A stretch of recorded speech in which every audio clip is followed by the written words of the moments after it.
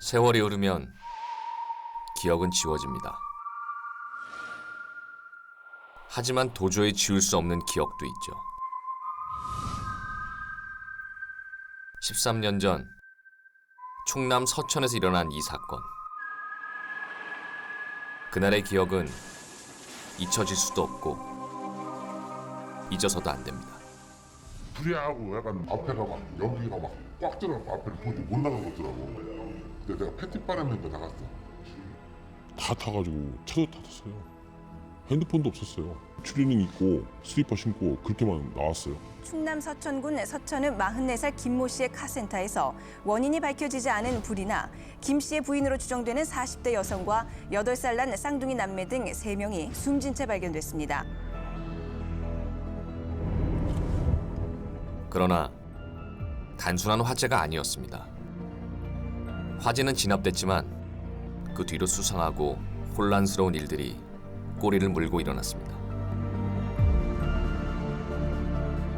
카센터 화재는 부적절한 삼각관계가 빚어낸 치정살인이었다는 의문의 편지가 날아들었습니다. 그리고 더 충격적인 일이 일어납니다. 화재로 사망한 줄 알았던 카센터의 아내가 개천에서 시신으로 발견된 겁니다.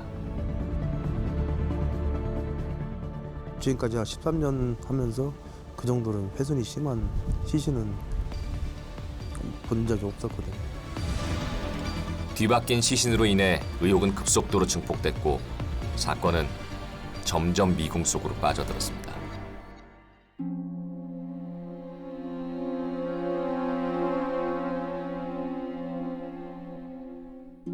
이 사건으로 조용하고 평화로웠던 마을은 엄청난 충격에 휩싸였습니다.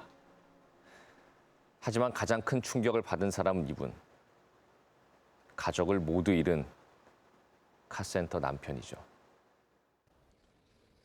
내가 죽어야 끝나는 일이지. 살아있는 그 자체가 고통이지요. 응결때 되면요. 솔직히 말해서 아무도 몰라요. 내가 자식 집사람이랑 애들 밥도 놓고 그 앞에 앞으로 걸고 앉아서 기도 오는 것을 모른다는 거예요. 네.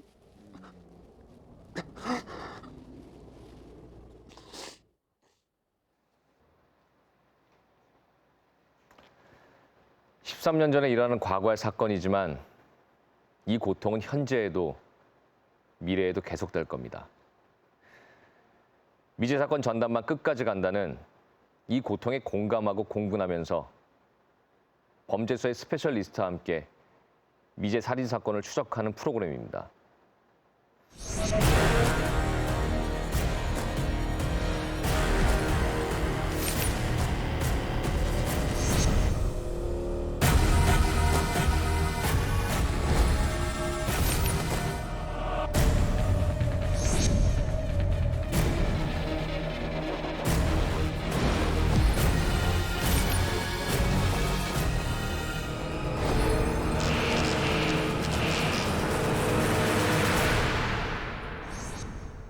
오늘은 2004년 5월 어느 날 선하고 성실했던 한 가족을 무자비하게 파괴한 사건 속으로 가보겠습니다. 충남 서천군은 오래전부터 바다와 들판이 함께 있어 풍요롭고 순한 사람들이 많이 사는 곳이라고 알려져 있었습니다. 그래서 이 사건의 충격은 더 컸습니다. 2004년 5월 2일 단잠에 빠져있던 일요일 새벽 5채의 점포가 들어선 연립상가에 불이 났습니다. 바스락바스락 그 느낌이 이상한 거예요. 오싹한 게 느낌이 오싹. 근데 저는 못 느꼈는데 동생이 나가더라고요. 근데 뒤에 딱 보니까 연기가 이제 올라오는 거죠. 조립식 가건물은 불과 30분 만에 화염에 휩싸였고 불은 손쓸 도리 없게 번졌습니다. 119가 출동했을 땐 이미 5채 모두에 불이 옮겨 붙었고 새벽잠에서 깬 사람들은 몸을 피하기 바빴습니다. 불이하고 약간 앞에가 막 연기가 막 꽉 들어가고 앞에를 보지 못 나가겠더라고. 근데 내가 패티바람인가 나갔어. 다 다 타가지고 차도 다 탔어요. 핸드폰도 없었어요.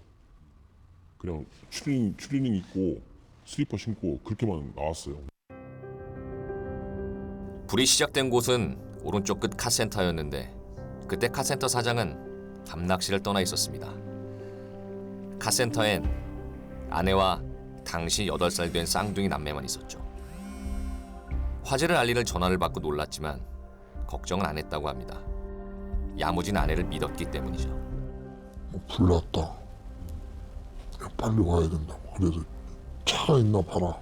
차가 있다고 그러더라고. 좀 다행히 그래도 애들만 있으면 모른데 집사람이 있으니까 다 괜찮겠지 이렇게 생각을 했거든요.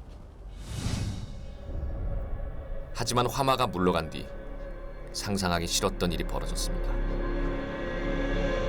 카센터 자리에서 세 구의 시신이 발견되었습니다. 8살 난 쌍둥이 남매와 성인 여성. 차마 보기 힘든 모습이었습니다. 볼 수가 없더라고요.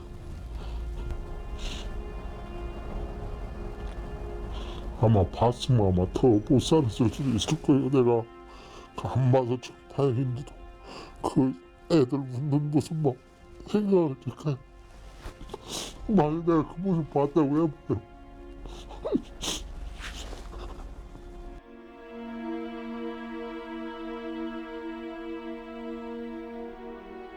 하룻밤 사이에 가족을 모두 잃은 가장의 비통함은 도저히 말로는 표현이 안 되는 거였죠. 그런데 이상한 얘기가 들려왔습니다. 카센터에서 쌍둥이 남매와 함께 시신으로 발견된 여성이 카센터 사장의 아내가 아니라는 주장이었죠. 그 여성은 카센터 이웃인 농기계점 사장의 아내라는 거였는데요. 해괴한 소리로 들렸지만 그 주장에는 설득력이 있었습니다. 이제 불났다고 이제 엄마는 내렸는데 엄마는 컨센터 갔다 오더라고. 자는 상태에서 전화를 우리 아들이 전화를 받았고 우리 아들이 먼저 받았다고 오더라고. 늦은 밤 걸려온 전화. 카센터 아내의 전화를 받은 농기계점 아내가 급히 나갔다는 겁니다. 아들은 그날을 기억하고 있었습니다. 그때 이제 다급한 목소리 있었어요. 그때는 네. 어머니 나가시길 어머니 엄마 어디 나가 그랬더니 카센터 사모님 저기 사장님이 그 지금 차 사고 때문에 병원에 계시다고 연락이 와서 거기 가보셔야 되는데 지금 아기들을 그때 쌍둥이 아기들이 있었거든요. 네. 농기계점 아내가 카센터로 간 뒤 밤새 돌아오지 않았으니 발견된 시신은 농기계점 아내일 가능성이 높았습니다. 신원 확인이 이제 DNA 이제 유전자 분석 그래서 그 결과가 와서 바로 그때서야 이게 농기계 여사장 시신이다. 네, 그렇게 확인이 된 거죠. 카센터 아내는 농기계점 아내를 불러내고 어디로 간 걸까요? 날이 밝자 신고가 접수됐습니다. 저수지 근처에서 수상한 옷이 발견됐다는 겁니다. 이제 이 부분에서 이제 피해자 옷이 이제 발견된 지점이거든요. 카센터 아내가 입고 나갔던 점퍼들이 풀숲에 던져진 모양으로 발견되었습니다. 옷은 한눈에 봐도 심하게 훼손돼 있었습니다. 날카로운 걸로 베였다고 해야 하나? 그런 뚫려져 있는. 그렇죠. 예. 카센터 아내에게 심상치 않은 일이 생긴 게 틀림없었습니다. 본격적인 탐문과 수색이 시작됐습니다. 실종 8일째 되던 날, 행방이 묘연하던 카센터 아내는 결국 저수지 근처 공사 현장에서 시신으로 발견됐습니다. 변사 행선도 많이 나가보지만 그 정도로 지금까지 한 13년 하면서 그 정도로 훼손이 심한 시신은 본 적이 없었거든요. 그런데 그게 끝이 아니었습니다. 시신 발견 직후 또 한 통의 신고 전화가 걸려왔습니다. 서천 읍내 한 건물 우편 반송함에 수상한 편지가 들어있다는 신고였습니다.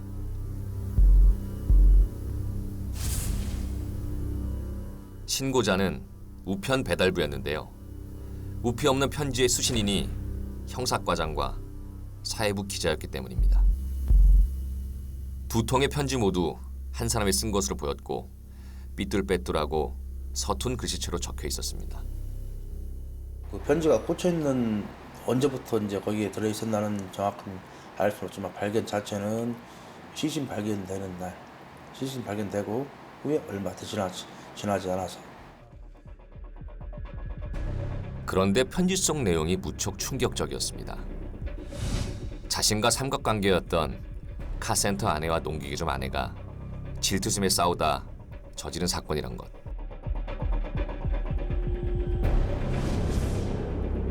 농기계점 아내가 카센터 아내를 살해하고 불을 질렀으며 자신은 외국으로 떠날 것이라 적은 편지엔 그날 아침 발견된 카센터 아내 시신의 위치가 정확하게 명시돼 있었습니다.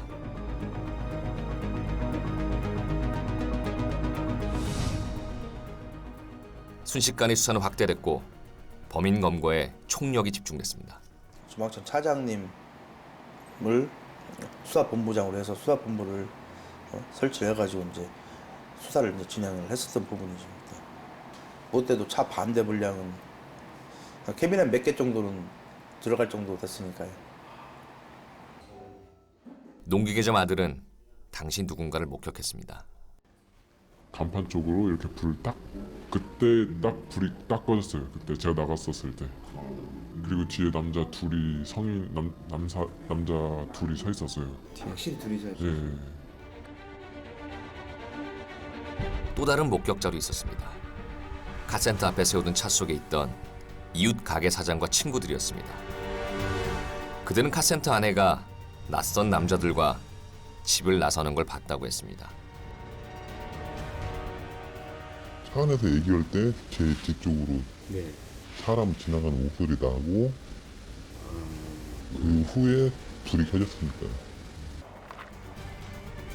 차 속에 있던 3명의 목격자는 각각 따로 조사를 받았지만 그들 모두의 증언에 공통점이 있었습니다. 불 켜지고 나중에 이렇게 봤는데 사모님 나와 있고 그 사람들 이렇게 앉아 있는 뒷모습만 좀 보였어요. 사모님이 여기도 쳐다보고 하면서 뭐 창문 같았었는데 여기서 바닥에 이제 그 콘크리트 침대가 있어요.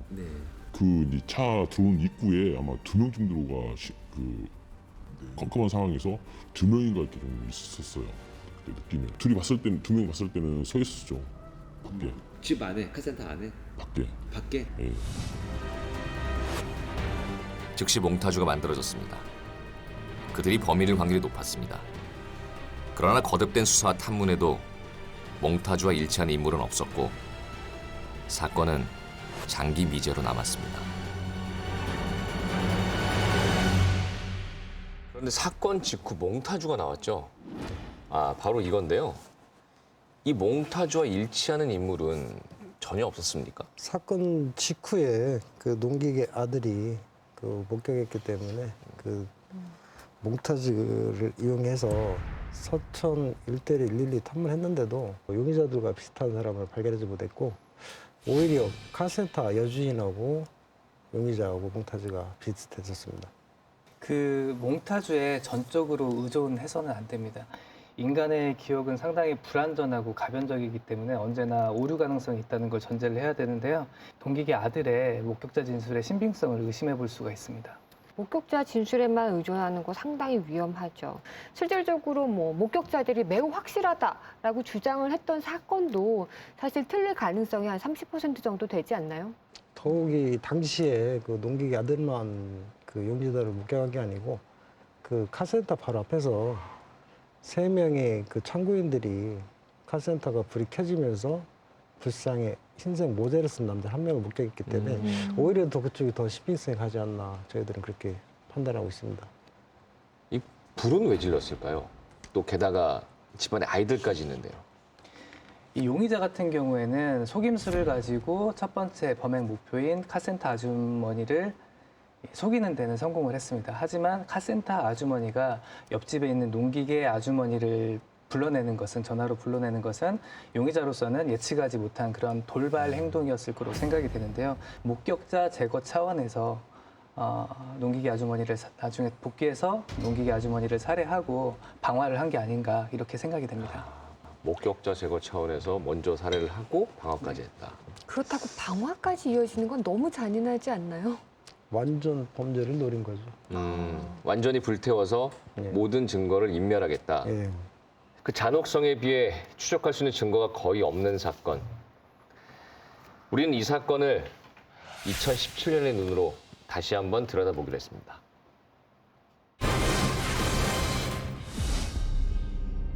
사건 발생 13년이 흘렀습니다. 사건은 충남지방경찰청 미제사건 수사팀으로 넘겨졌습니다. 사건 기록만도 35건, 1만 장에 달하고 소환해서 조사한 참고인은 17명. 형사들이 일일이 찾아가 탐문한 참고인은 1,500여 명에 달했습니다. 벽장 속을 가득 메운 수사 자료만 봐도 지난 13년 동안 집요한 탐문과 수사를 멈추지 않았던 흔적이 한눈에 들어옵니다. 이걸 왜 그냥 할까요? 가가오 다 수사를 했던 거죠. 누가 범인이 될 수 있는 그런 상황이 되기 때문에. 충남지방경찰청 미제사건 수사팀은 첫 단추를 꿰는 마음으로 원점에서 출발했습니다. 수사 자료도 면밀히 재검토했습니다. 옷은 있는데 사람은 없잖아요. 확인 못했잖아요. 그 뚝방에서 보면 여기가 이제 수문이거든요. 네. 여기에 이제 옷이 있었다는 얘기죠. 옷이 여기 밑에.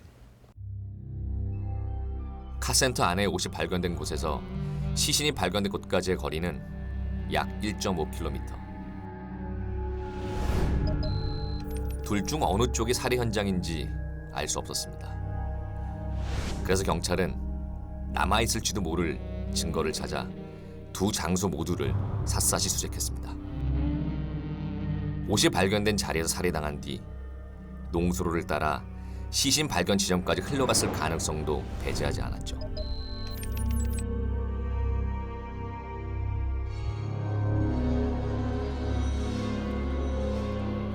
농수로는 당시와 비교해 크게 변하지 않은 상태였습니다. 옷이 발견된 지점으로부터 수로를 따라가 봤습니다. 시신이 농수로를 따라 흘러갔다는 추론은 합리적일까요? 지금 농사철이 아니니까 개방이 돼 있는데 네. 그 당시에는 농사철이라 저 수문 자체가 내려져 있었기 때문에 사람 저기서 버려가지고 여기로 해서 흘러 들어갔을 것이다. 그 부분은 이제 어떻게 생각하면은 그 당시에 조금은 잘못 생각했을 수도 있죠. 피 묻은 옷이 발견된 지점은 카센터가 있던 서천읍에서 약 13km 떨어진 꽤 먼 곳이었습니다. 카센터 안의 시신 발견 지점도 마찬가지죠. 이 장소들에서 범인에 대한 단서를 찾을 수는 없을까요?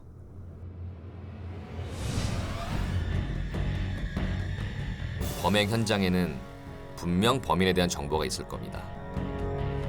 이곳은 서촌 사람들조차 왕래가 드문 곳입니다. 범인이 옷과 시신을 여기 유기한 이유는 뭘까요? 범행 현장을 다시 돌아보면서 이 장소를 선택한 범인의 의도를 파악해봅니다. 피해자 발견된 지점과 그 옷이 발견된 지점 이런 거리상 지리적인 걸로만 봤을 때는 상당히 그쪽 지역에 대해서는 분명히 아는 사람일 것이다. 범행 현장으로 추정한 범인의 조건. 범인은 그 지역 지리를 잘 아는 사람입니다. 그렇다면 살해 수법으로 범인을 추론할 수는 없을까요? 공사 현장 물속에서 발견된 카센터 안의 시신에는 단 하나의 상처만 있었습니다.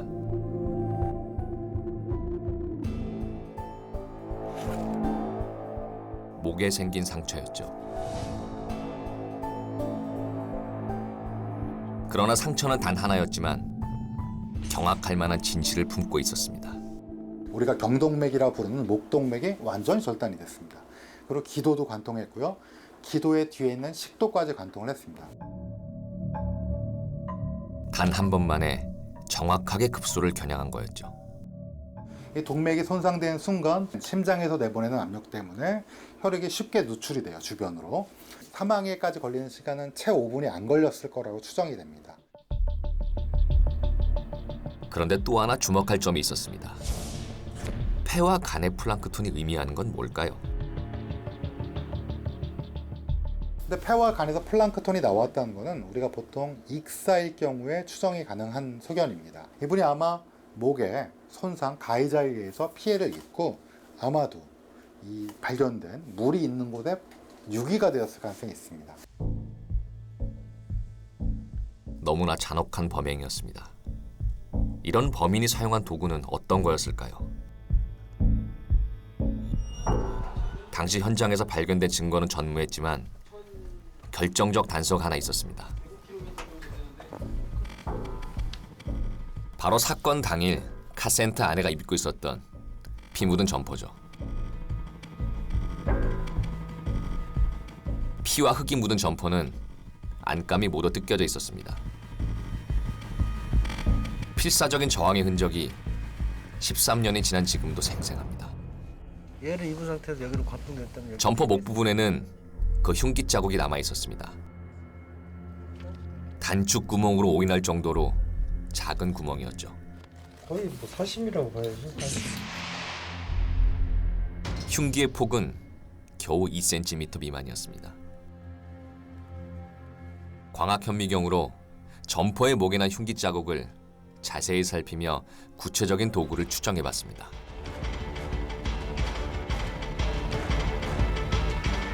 불에 탄 건 아니에요.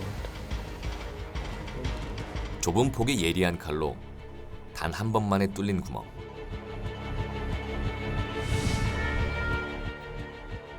범행 도구는 작정하고 구해야 하는 것이었습니다. 예리한 흉기로 단 한 번의 급소를 찌르고도 다시 물속에 밀어넣을 정도로 잔혹한 범인. 그는 대체 어떤 사람일까요?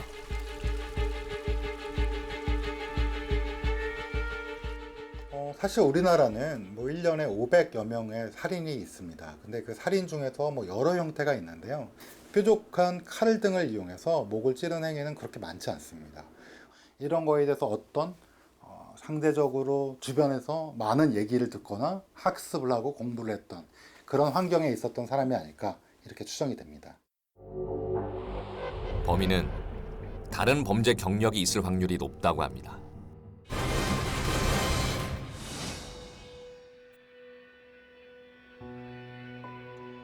범인의 조건이 두 가지로 추려졌습니다.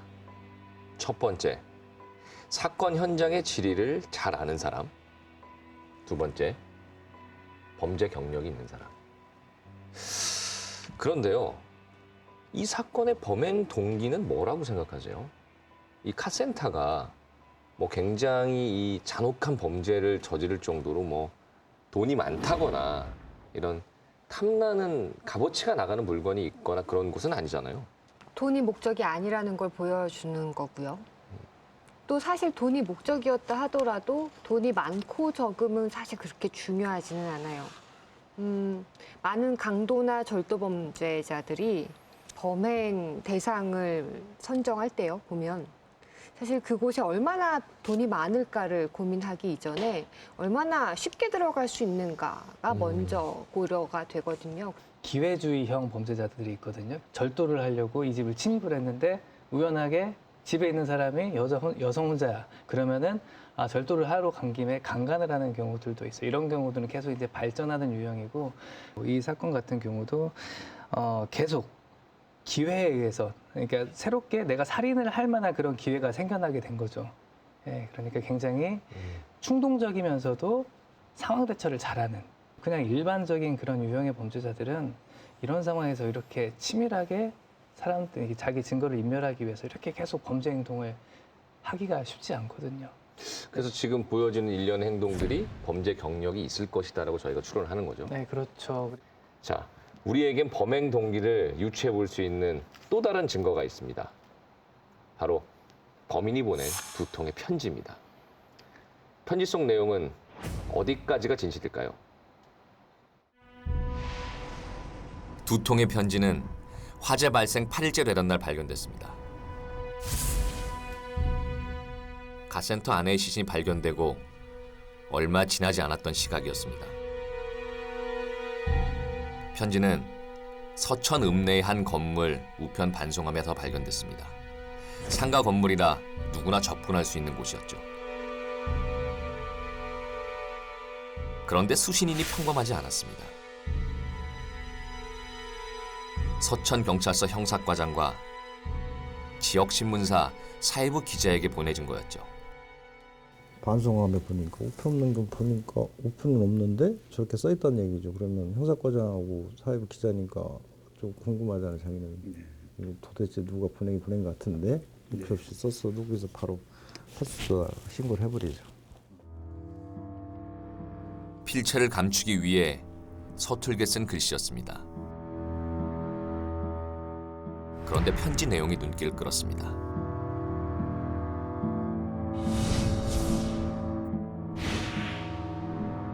카센터 아내와 농기계점 아내는 자신과 삼각관계였다.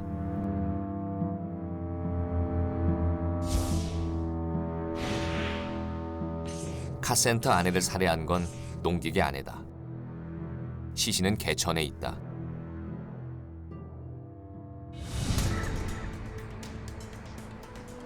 이 편지가 품고 있는 진실은 뭘까요?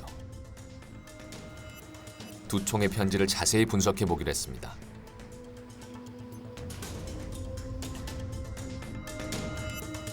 일부러 서툴게 쓴 것 같은 글씨체부터 살펴봤습니다. 이 글씨체를 문서 감정사는 어떻게 분석할까요? 글씨체는 뇌의 지문이라고 할 만큼 그 사람을 식별하고 상징하는 단서가 된다고 합니다. 본인이 평소에 자신의 필적을 은폐하기 위해서 의도적으로 쓴 필적 같고요. 전체적인 형태나 특징을 봤을 때 오른손잡이가 왼손으로 쓴 필적이 으로 추정된다. 기준이 계속 왼쪽으로 누고 있습니다. 글자가. 그만큼 기울기를 생각해서 용지를 돌려갖고 쓰면은 기울기가 어느 정도 맞아가기 때문에 좀 정상적인 필적같이 보일 수는 있죠. 이렇게 기울어지는 게 왼손 글씨의 가장 큰 특징이라고 합니다. 실험으로 한 번 더 검증해 보기로 했습니다. 편지 속 왼손 글씨는 꽤 많이 연습한 거라고 했습니다. 그래서 우리도 왼손 글씨가 익숙한 실험단을 모아서 양손 모두로 글씨를 써보겠습니다.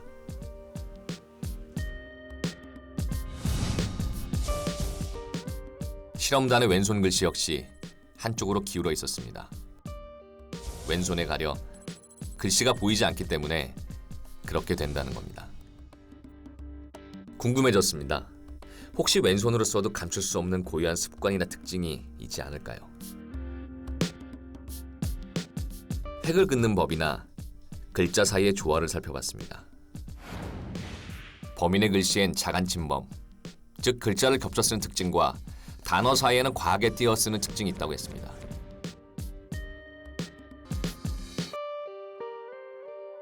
필적은 왼손으로 쓰든 또 뭐 오른손으로 쓰든 또 뭐 입으로 쓰든 간에 그 몸에 기억된 어떤 행동이 다시 재현될 때는 그 오른손 원래 쓰던 글씨체와 비슷한 패턴으로 쓰여지는 걸로 되어 있습니다. 치정에 의한 살인이라는 편지 내용도 다시 확인해 보기로 했습니다. 서천 지역 곳곳을 탐문했습니다. 카센터 안에는 생전에 어떤 사람이었을까요? 모든 사람들이 다를 텐데 어떤 걸 단정했다는 거를. 메인 있는 사람이 남편하고 이걸 같이 써봤어요, 핸드폰을. 그때 핸드폰 하나가 주로 같이 썼으니까 남편하고 내가 알기로는. 카센터 아내의 품행은 나무랄 데가 없었다는 겁니다. 그럼 혹시 원한을 사서 모함당한 건 아닐까요? 원한 있을 만한 애가 아니라니까요. 그 애는 좀 어떤 성품이었나요, 그분이? 그야말로 진짜 천생 여자고 그지가 와도 함부로 내쫓는 애가 아니야. 진짜 말 예쁘게 해요. 너무 착해. 아내를 잃은 농기계점 사장은 코웃음마저 쳤습니다. 편지 내용을 봤어. 근데 어떤 놈이 꾸몄지 도저히 이건 불가능한 얘기였어. 행실이 되게 아이고 깔끔했어. 우리 마누라도 빈틈이 없는 사람이었어. 거짓말 아니라. 진짜 너한테 눈품만큼도 피해주려고도 않고 행실이 그렇게 뭐하지?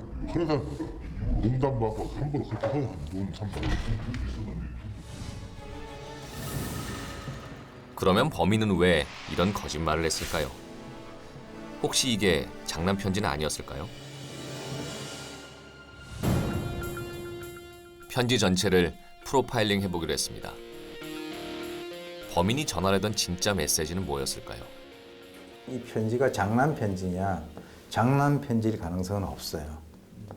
두 번째, 그렇다면 이 편지가 목적을 갖고 있다는 거죠. 그 목적은 뭐냐? 수사 혼선입니다. 빠르게 수사 방향이 전환되는 것을 바랬다는 거죠. 어디 쪽으로? 치정 쪽으로. 이 기자의 입을 통해서 소문이 퍼뜨려지기를 갖다가 원했을 거라는 거죠. 왜 그러냐면 형사과장한테만 보내면 경찰이 수사 과정에서 보안 유지를 갖다 해서 이것이 소문이 안 퍼질 수 있는데 기자한테까지 하게 되면 이것이 벌써 이 조그만 동네에서 치정으로 인해서 뭐 이렇게 죽이고 불질러 죽었다라고 이게 스토리가 딱 세팅이 돼 버리잖아요. 범인은 편지로 수사 방향을 틀고 싶었던 인물일 가능성이 높다고 했습니다. 그런데 편지엔 예상 못했던 놀라운 사실이 숨어 있었습니다. 편지 수신인에 이상한 점이 있었던 겁니다. 충남지방경찰청 미제사건 수사팀은 형사과장이라는 호칭에 주목했습니다. 당시에는 서천서 같은 경우는 시골 그 상급지 경찰서이기 때문에 수사과장이 다 지휘 통솔하는 그런 시스템이었었고, 그래서 형사과장이라는 직책을 쓴다는 거는 대도시 경찰서든지 1급지 경찰서, 뭐 서울, 경기 이 정도. 우리나라 경찰서는 251곳. 그중 형사과는 대도시형 경찰서인 118곳에만 있습니다. 형사과장을 안다는 건 대도시에서 조사를 받았던 사람이란 뜻입니다. 서천경찰서엔 형사과가 없습니다. 분명히 우리 경찰에 대해서는 어느 정도 알고 있는, 제가 봤을 때는 조금 전과자가 아닌가 그런 판단을 해보고. 그러니 형사과장이라는 호칭을 아는 범인은 대도시 경찰서에서 조사받은 경험이 있는 사람일 겁니다. 당시 이제 대도시에서 경찰 조사를 받았던 사람이 있냐 이거죠. 예, 그것 또한 2-3명 정도로 기억합니다. 예. 그들 모두가 참고인으로 소환돼 조사를 받았다고 합니다. 당시 진술서를 모두 꺼내 읽으며 다시 한번 면밀히 살펴봤습니다.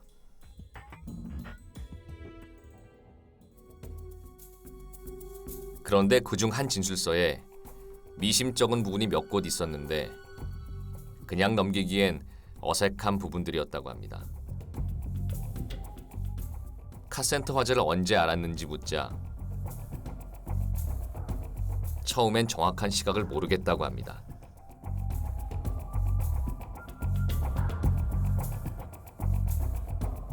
그러나 조사관이 몇 분 뒤에 다시 질문을 던지자 아까와 달리 새벽 3시쯤이었다고 답합니다.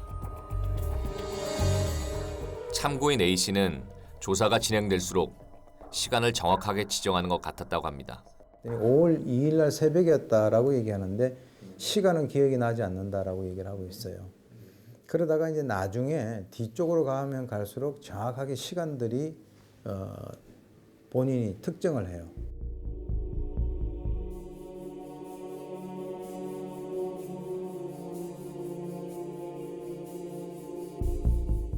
이번엔 화재 발생일의 행적을 묻자 지나치게 자세한 시각을 말했습니다.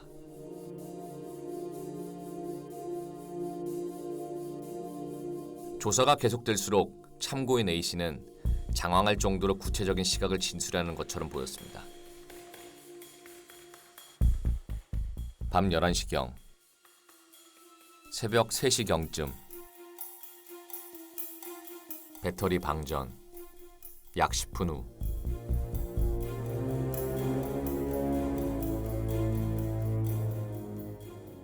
이것이 이제 1차 진술조서에서 받고 2차, 3차 때 받겠다라고 하면 모르겠는데 답변을 하고 난 뒤에 세 번째 질문에 자기가 시간을 결정해버려요. 밤 11시에서부터 새벽 3시까지 이 4시간간에 있어서의 본인이 뭔가 알리바이를 주장하고 싶은 그런 욕구가 강한 거죠. 밤 11시경에 어머니한테 잠을 잔다고 하면서 제 방에 들어가서 잠을 잤습니다. 잠. 그죠? 그러니까 잠을 잤다는 사실을 굉장히 강조하고 싶은 거예요. 그것을 강조해야 될 만한 어떤 이유가 있는 거죠.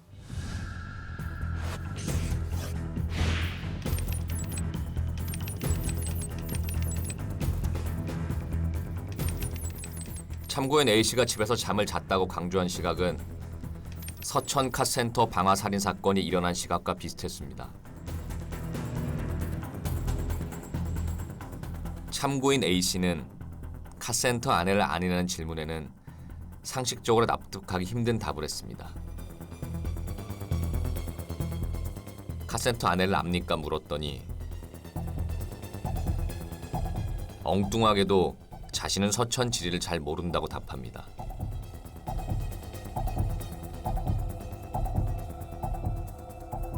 왜 척을 아느냐라고 하는 질문은 안다 모른다 얘기를 해야 돼요. 근데 그 얘기를 하기 이전에 자기는 교도소에서 15년간 있다가 왔기 때문에 지리를 모른다. 혹시 경찰이 자기가 이쪽 지역에 대해서 잘 아는 것을 물어볼까 봐 미리 연막을 쳐버린 거죠. 자기는 이 고향을 오래 떠나 있었기 때문에 이쪽 지리를 잘 모른다. 그것은 이 사람이 물어본 것에 대한 답변이 아니죠. 약간 동문서답이 되고 있다라고 생각이 돼요. 그래서 피해자에 대한 거리감 그리고 사건 현장에 대한 거리감. 당시에도 이런 동문서답에서 이상한 점을 느꼈을 법한데 어째서 참고인 A씨를 다시 불러 조사하지 않았을까요? 그 당시에 의심은 갔지만 일단은 참고인으로 조사를 받았었는데 그 뒤에는 이 사건과 관련해서 뚜렷하게 모든 참고인이 용의자도 될 수 있지만은 일단은 증거가 없는 상태에서는 참고인이 순수한 참고인이기 때문에 더 이상 수사 진행이 어려웠던 걸로 그렇게 알고 있습니다. 범인에 대한 단서는 또 있었습니다. 조심성 많은 카센터 안에는 문단속에 철저했다고 합니다. 그런데 어째서 모르는 사람에게 문을 열어줬을까요? 저녁에 저희가 많이 놀러 갔거든요. 네. 우리 애기하고 놀러 가면 나 지금 가해도 문을 잠궈놓고 있을 정도니까. 항상 문을 내가 잠가 하니까 놓으세요? 문을 잠궈놓고 내가 가서 두드려야 문을 열어주거든요. 확인이 돼야. 근데 모르는 사람이 와서 그 문을 열어줬다는 거는 저는 압니다. 그래서 우리 친구들은 다 알지만 네. 열어줄 수가 없어. 걔가 누가 뭐 손님 왔다 해도 문 열어줄 사람 아니지. 남편이 없었으면. 남편이 교통사고 났다고 그렇게 연락이 와서 나갔다는데 안 나갈 사람이 어디가 있어. 당연히 나가지. 모르는 사람은 따라갈 사람이 아니지. 그렇지 않으면 엄청나게 긴박한 그런 거짓말을 했던지. 남편이 교통사고 당했다는 거짓말을 했다는 건 일단 남편의 외출을 알고 있었다는 뜻 아닐까요? 미리 이제 전화를 하고 이러는 게 아니고 왔을 때 그냥 그 얘기를 하니까 가려고 그러니까 그럼 나도 가져가자. 그래서 그런 걸 알고 있어요.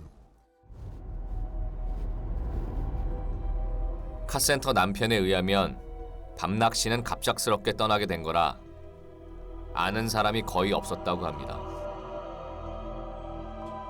신의 집에 가서 차를 세우고 그 차를 타고 갔어요. 그 집에 들어가서 문 열고 들어갔었으니까 가요 와시오. 카센터 영업을 끝내고 이웃의 집으로 출발했다는 남편. 그러곤 이웃의 차에 옮겨 타고 낚시터로 직행했답니다. 카센터 남편의 밤낚시 사실을 알고 있었고 아내에게 교통사고가 났다는 거짓말을 했던 사람. 이 사람이 범인일 가능성이 높지 않을까요? 범인에 대해 다시 정리해볼까요? 서천 지역에 연고가 있고 대도시 경찰서에서 조사받은 적이 있는 전과자.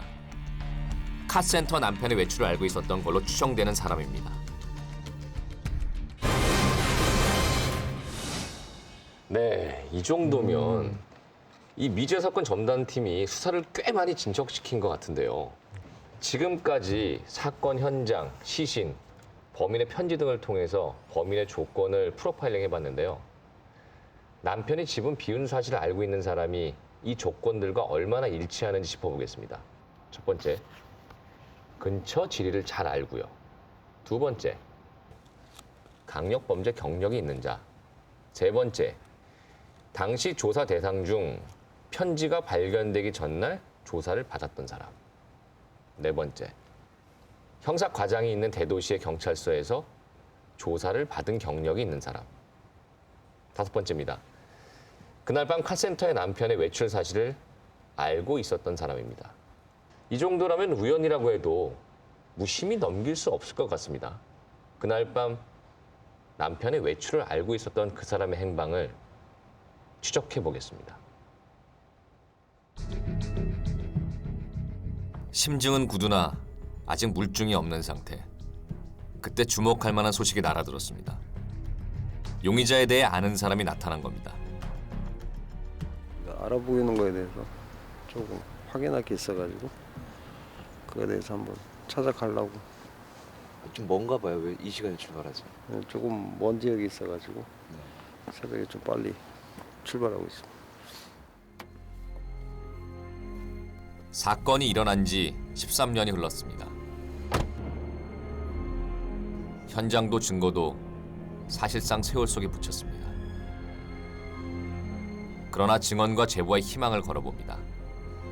지금 제보를 기대하며 찾아가는 B 씨는 우리의 용의자와 깊은 관련이 있을지 모릅니다.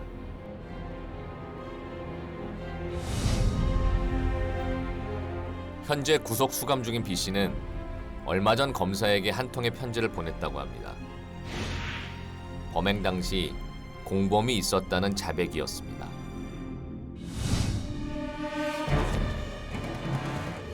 그가 지목한 공범은 미제 사건 수사팀이 주목하고 있는 용의자 A 씨였습니다. B 씨는 A 씨와 친분이 있는 주점 여사장을 대상으로 범행을 제안받았다고 했습니다. 두 사람은 주점 여사장을 유인한 뒤 한적한 곳에서 계획을 실행했다고 합니다.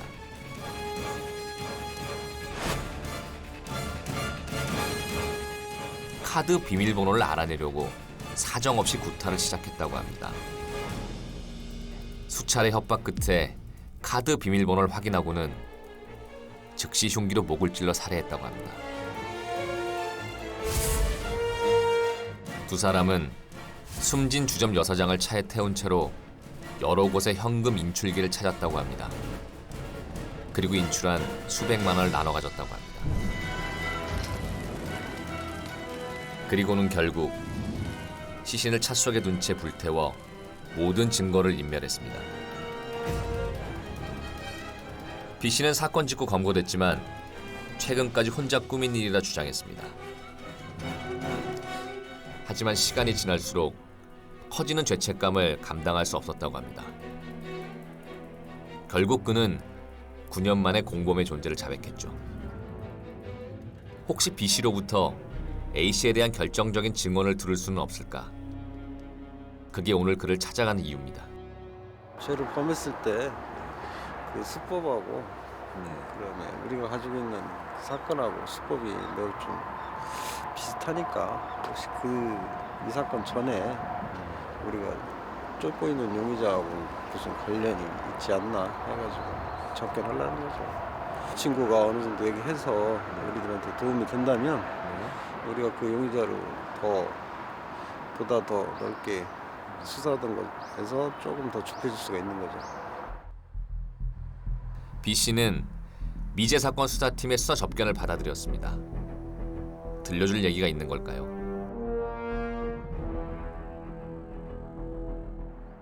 중요한 증언을 확보했을까요?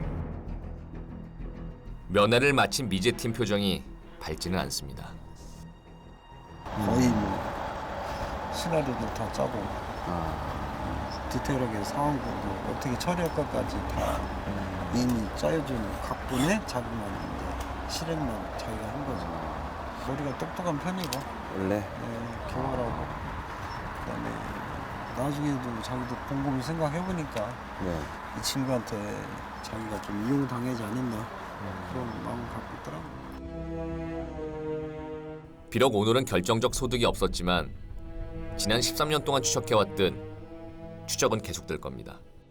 형사의 진명에는 분명히 용의자는 잡힐 것이라는 마음가짐으로 계속해서 사건을 진행하다 보면 안 맞던 퍼즐 조각처럼 충분히 나중에 완전한 그림을 그릴 수 있는 그거를 해결하는 그런 마음가짐으로 했던 사건 처리를 계속 하고 있고 꼭 잡아야 되겠다는 그 마음으로 하고 있습니다.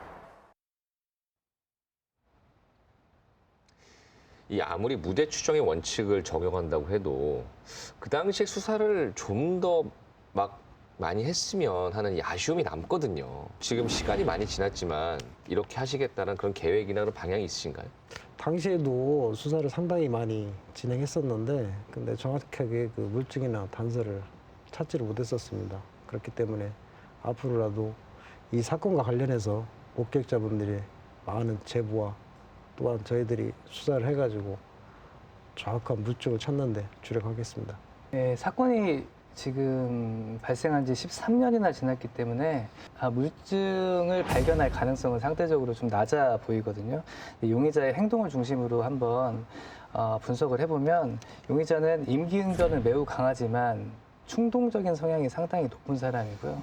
또 자기 과시의 가능성도 높아 보입니다. 그렇기 때문에 지난 13년 동안 인생을 살아오면서 자기 가까운 사람에게 자신의 범죄 행각을 술을 마신다든지 다양한 형태로 자신의 범죄 행각을 과시하듯이 떠벌렸을 가능성도 있으니까요. 한때 용의자와 상당히 가깝게 지냈던 사람들이 혹시 그런 증언을 들었다고 한다면은 수사기관에 적극적으로 제보하기를 기다리고 있겠습니다.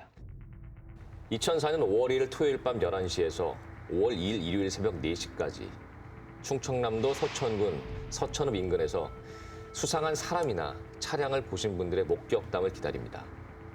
여러분의 작은 관심이 오래된 미제 사건을 해결할 수 있고 유족의 고통과 눈물을 멈추게 할 수 있습니다. 카센터 남편이 여러 번 망설임 끝에 길을 나섰습니다. 마음은 매일같이 찾아오는 곳. 하지만 몸은 몇 년에 한 번 작정을 해야 오게 되는 곳이죠. 아내와 쌍둥이 남매를 뿌린 곳입니다. 너무거든요. 여기가 집사람 고향이에요. 고향이다 보니까 여기 자주 왔어요.